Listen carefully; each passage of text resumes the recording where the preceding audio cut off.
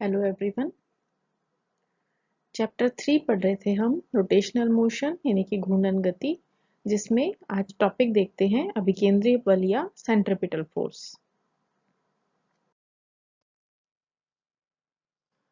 अब देखिए हमारा टॉपिक है अभिकेंद्रीय बल या सेंट्रिपिटल फोर्स। उससे पहले हम देखते हैं, एक वर्ड लिखा हुआ है, आपको स्क्रीन पर दिख रहा होगा, द्विविमीय वृत्तीय गति यानी कि 2 dimensional circular motion. Circular motion तो आप अभी तक देख चुके हैं कि क्या होता है, कि कोई भी वस्तु है, अगर कोई वो वृत्ताकार पथ पर गति कर रही है तो वो सर्कुलर मोशन कहलाता है। मेन यहाँ पर अलग वर्ड क्या है, 2 डायमेंशनल या द्विविमीय गति। देखिए द्विविमीय गति क्या होती है, अगर किसी भी गति के अंदर उस वस्तु के x कोऑर्डिनेट के साथ साथ y कोऑर्डिनेट भी चेंज हो, या सिंपल लैंग्वेज में कहा जाए कि अगर किसी गति के साथ किसी वस्तु के 2 कोऑर्डिनेट्स में परिवर्तन हो, वो xy भी हो सकते हैं, yz भी हो सकते हैं और xz भी हो सकते हैं। कहने का मतलब किन्हीं 2 निर्देशांकों में परिवर्तन हो तो वो ऐसी गति द्विविमीय गति कहलाती है। अब देखिए, जब कोई वस्तु किसी वृत्ताकार पथ पर चलती है तो उस वस्तु पर उस वृत्ताकार पथ के केंद्र की तरफ एक बल कार्य करता है। उस बल को कहते हैं अभिकेंद्रीय बल। आपने धागे का एग्जाम्पल देखा होगा बहुत बार, कि हम किसी धागे के पत्थर बांधकर उसे गोल गोल गति करवाते हैं, गोल गोल घुमाते हैं, तो रस्सी में हमें तनाव महसूस होता है, रस्सी हमें खिंची हुई महसूस होती है। ये जो बल होता है ये कहलाता है अभिकेंद्रीय बल। रस्सी के बांध कर पत्थर घुमाया जब जाता है तो उस पत्थर पर हम उस वृत्त के केंद्र की तरफ यानी कि हमारे हाथ की दिशा में एक बल लगता है, और ऐसा बल जो किसी वस्तु की वृत्ताकार गति में वृत्त के केंद्र की तरफ लगता है उसे अभिकेंद्रीय बल या सेंट्रिपिटल फोर्स कहा जाता है। अब अगर वस्तु पर अभिकेंद्रीय बल नहीं लग रहा है तो वस्तु वृत्ताकार मार्ग पर नहीं चल सकती। मान लिया कि जो मेरा पिंड है या जो वस्तु गति कर रही है उसका द्रव्यमान m है और वो इस वृत्ताकार पथ पर v वेग से गति कर रहा है। इस वृत्ताकार पथ की जो त्रिज्या है वो r है। यानी 3 चीजें हमने मान ली कि इस वस्तु का द्रव्यमान है वो m है, वस्तु का वेग जो है वो v है, और वृत्ताकार पथ की त्रिज्या हमारी r है। ऐसी कंडीशन में इस वस्तु पर हम जानते हैं अभिकेंद्रीय बल लगेगा, और अभिकेंद्रीय बल की दिशा किधर होगी, इस वृत्ताकार पथ के केंद्र की तरफ। इस अभिकेंद्रीय बल का मान जो होता है वो होता है mv²/r, जहां m उस वस्तु का द्रव्यमान है, v उस वस्तु का वेग है और r उस वृत्ताकार पथ की त्रिज्या है जिस पर वो वस्तु गति कर रही है। ठीक है, जैसे हमने क्या कहा कि अभिकेंद्रीय बल कौन सा हुआ, जो इस वृत्ताकार पथ के केंद्र की तरफ इस वस्तु पर लगता है, और अभिकेंद्रीय बल के कारण ही वस्तु वृत्ताकार पथ पर गति करती है। ठीक है, अब ये जो डायग्राम बना हुआ है इसे एक बार एक्सप्लेन कर देती हूँ। जो ब्लू कलर का डॉट आपको वृत्ताकार पथ पर दिख रहा है वो हो गया हमारा ऑब्जेक्ट, यानी कि वस्तु जो गति कर रही है। ब्लू कलर का जो एरो है जो v1 को दिखा रहा है वो हो गई इस वस्तु के इस टाइम पर, यानी कि जिस टाइम पर हमें ये वस्तु इस जगह पर दिखाई दे रही है, इस समय पर इस वस्तु के वेग की दिशा। ग्रीन कलर में ओमेगा जो हमने दिखाया है वो हो गया इस वस्तु का कोणीय विस्थापन, और रेड कलर के एरो के साथ AC जो लिखा हुआ है वो हो गया हमारा अभिकेंद्रीय त्वरण। ठीक है, जो केंद्र की तरफ बल लग रहा है वो कहलाता है अभिकेंद्रीय बल, और इस बल के संगत जो त्वरण होगा वो भी केंद्र की तरफ लगेगा और इसे हम कह देते हैं अभिकेंद्रीय त्वरण।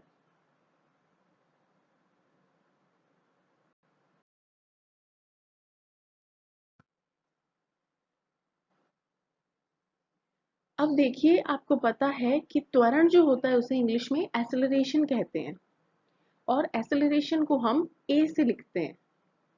इसलिए इस अभिकेंद्रीय त्वरण को भी अगर मैं ए से लिखूं तो ए का मान मुझे मिलता है -v² अपॉन r, और ब्रैकेट में दिख रहा होगा आपको बोल्ड आर, यानी कि डार्क कलर में एक आर लिखा हुआ है, अपॉन नॉर्मल आर।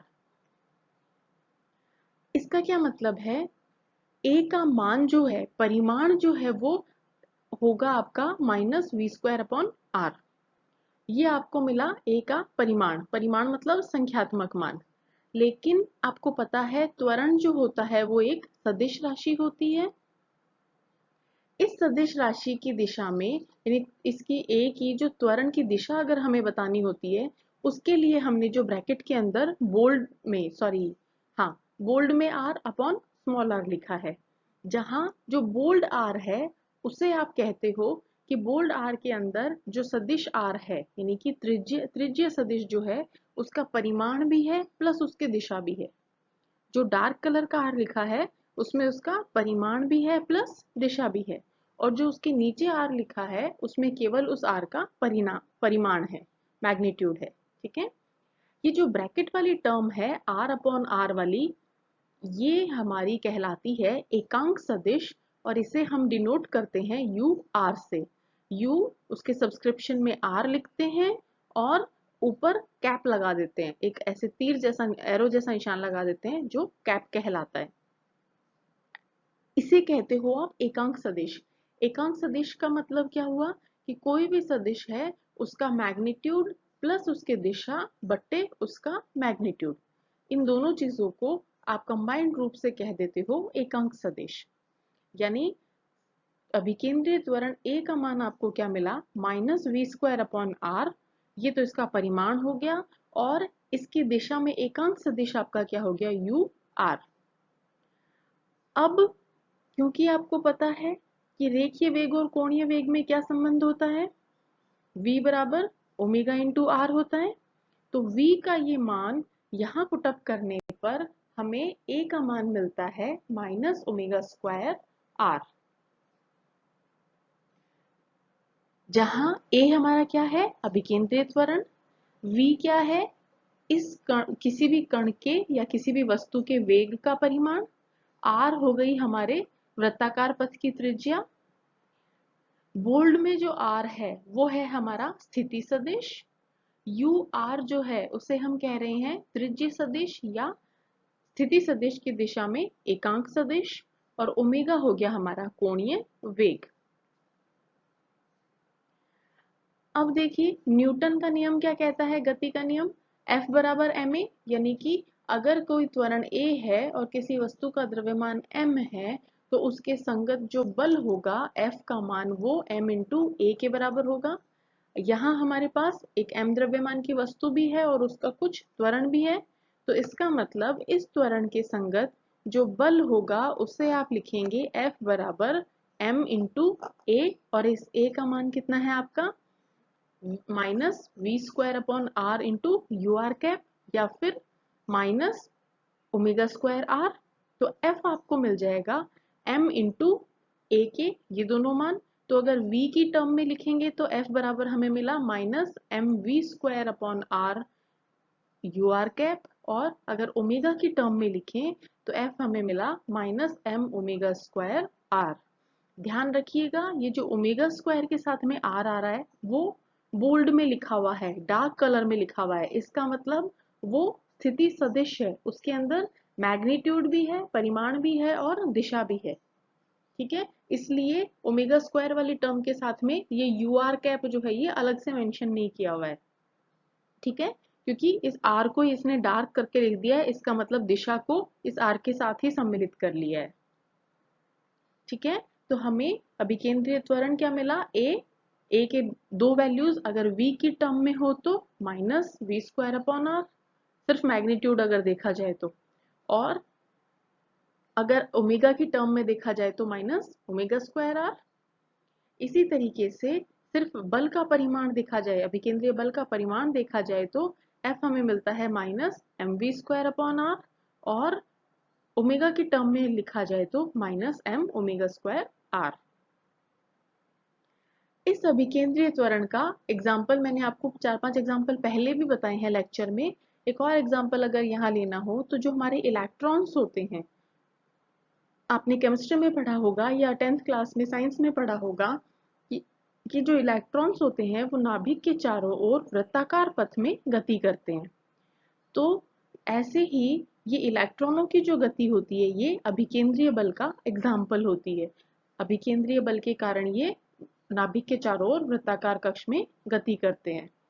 ऐसा ही एक एग्जाम्पल हम देख सकते हैं कि पृथ्वी जो है वो सूर्य के चारों तरफ, या पृथ्वी की बजाय कोई भी ग्रह ले लीजिए, ग्रह जो है वो सूर्य के चारों तरफ चक्कर लगा रहे हैं, तो सूर्य और उन ग्रहों के बीच में भी एक अभिकेंद्रीय बल कार्य करता है।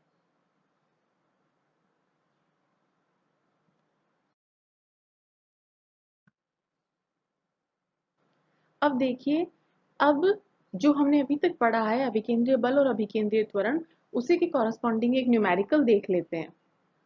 क्वेश्चन में क्या दिया है, अ racing car completes 5 rounds of a circular track in 2 minutes. Find the radius of the track if the car has uniform centripetal acceleration of pi square meter per second square. Question में क्या कहा है, एक racing car है जो एक circular track का यानी कि वृत्ताकार पथ का 5 राउंड कंप्लीट करती है। कितने टाइम में? 2 मिनट में।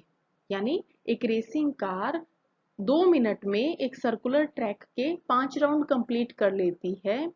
आपको उस वृत्ताकार पथ का ट्रैक निकालना है अगर कार का अभिकेंद्रीय त्वरण पाई स्क्वायर मीटर प्रति सेकंड स्क्वायर हो।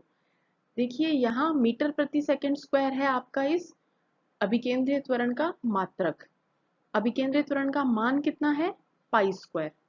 तो हमें क्या क्या चीजें दी हुई हैं? सबसे पहले कि कार ने 2 मिनट में 5 चक्कर लगाए हैं और उसका त्वरण हमें दिया गया है। त्वरण भी कौन सा है? रेखीय त्वरण नहीं है, अभिकेंद्रीय त्वरण दिया गया है। ठीक है। उसके अलावा हमसे पूछा क्या है कि हमें उस वृत्ताकार पथ की त्रिज्या निकालनी है। तो जैसे हम न्यूमेरिकल सॉल्व करते हैं उसी तरीके से मैंने मान लिया कि मेरा ये जो वृत्ताकार पथ है इसकी त्रिज्या स्मॉल r है। ये मैंने मान लिया कि इस वृत्ताकार पथ की त्रिज्या स्मॉल r है। अब देखिए इसने दूरी कितनी तय की है? सर्कुलर ट्रैक के इसने 5 चक्कर लगाए हैं। हमने पहले भी देखा है एक वृत्ताकार पथ पर अगर कोई वस्तु एक चक्कर लगा रही है तो वो परिधि के बराबर दूरी तय करती है, उस वृत्त की परिधि के यानी कि सर्कमफेरेंस के बराबर दूरी तय करती है। और r त्रिज्या का अगर कोई वृत्त है तो उसकी परिधि क्या होगी? 2 पाई r। अगर उस वस्तु ने एक चक्कर लगाया है, यानी अगर कोई वस्तु वृत्ताकार पथ पर एक चक्कर लगा रही है तो उसके द्वारा तय की गई दूरी हो गई 2 पाई इंटू r के बराबर। हमें क्वेश्चन में दिया हुआ है कि ये जो कार है ये 5 चक्कर लगा रही है। इसका मतलब इसके द्वारा तय की गई कुल दूरी कितनी हो गई? एक चक्कर में 2 पाई r लगाई, 5 चक्कर में 2 पाई r इंटू 5, ये हो गई इसके द्वारा तय की गई दूरी। दूसरा, इतनी दूरी तय करने में इसने टाइम कितना लिया है? 2 मिनट का। तो वो लिख लिया हमने, t का मान हमें मिल गया 2 मिनट्स। अब दूसरी चीज हमें क्या देखनी होती है न्यूमेरिकल सॉल्व करते टाइम, कि जितनी भी राशियां आपको दी हुई हैं उनको आपको एसआई सिस्टम में कन्वर्ट करना है। टाइम जो है उसका एसआई मात्रक सेकंड होता है, इसलिए ये जो मिनट है इसको हम सेकंड में चेंज कर लेते हैं। तो 2 मिनट का मतलब हो गया 2 इंटू 60 सेकेंड, यानी टाइम हमें मिल गया 120 सेकेंड का। एक और चीज हमें क्या दी हुई है कि सेंट्रिपिटल एक्सेलरेशन यानी कि अभिकेंद्रीय त्वरण, अगर मैं उसे लिखूं ए सीपी से, सीपी यानी सेंट्रिपिटल है और ए यानी त्वरण है, तो ए सीपी से अगर लिखूं तो इसका मान मुझे दिया हुआ है पाई स्क्वायर मीटर पर सेकंड स्क्वायर। और मुझे ज्ञात क्या करना है? जो त्रिज्या r है उसका मान मुझे ज्ञात करना है। तो सबसे पहले आपको a का सूत्र पता है, अभिकेंद्रीय त्वरण का सूत्र पता है, आपको अभिकेंद्रिय त्वरण का मान क्या होता है, v²/r। अगर माइनस और दिशा को छोड़ दिया जाए तो परिमाण जो सिर्फ मैग्नीट्यूड संख्यात्मक मान देखें तो a का मान क्या होता है, v²/r। यानी कि a की जगह हमें पता है a का मान कितना है, π²। तो हमें क्या मिला, π² का मान आपको मिला v²/r के बराबर। इसे मैंने दे दिया समीकरण नंबर 1। अब लेकिन हमारे पास तो v का मान भी नहीं है, तो क्या करेंगे, v क्या होता है, वेग, यानी कि उसने जितनी दूरी तय की बटे उसने वो दूरी तय करने में कितना समय लिया। वेग हो गया आपका दूरी बटे समय। दूरी आपने कितनी देखी है, ऊपर लिख रखी है 2πr × 5, और टाइम कितना लिया है उसके अंदर उसने, 120 सेकंड का।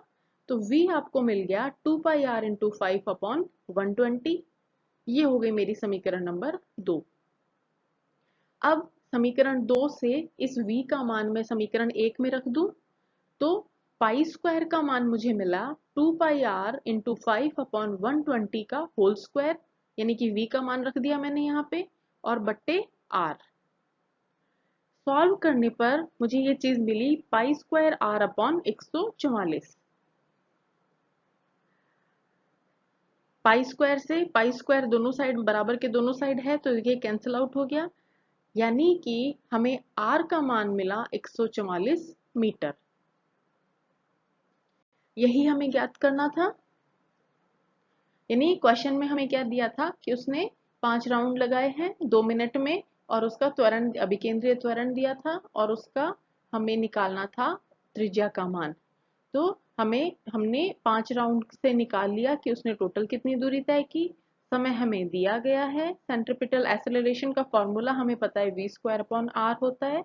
v का मान हमें पता है दूरी बटे समय से निकाल लिया, और वैल्यूज पुट अप करके फाइनल सॉल्यूशन हमें मिलता है r की वैल्यू 144 मीटर।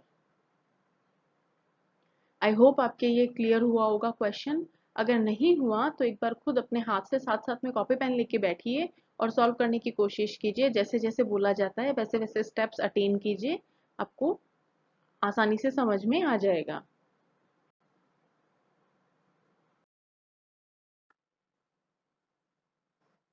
अभिकेंद्रीय त्वरण और उससे रिलेटेड एक एग्जाम्पल या न्यूमेरिकल कहें हम देख चुके हैं। मैं उम्मीद करती हूँ कि आपको ये चीज़ समझ में आई होगी, और इसी टाइप के अगर कोई और न्यूमेरिकल्स आपके सामने आते हैं तो आप उन्हें सॉल्व कर पाएंगे। Thank you so much.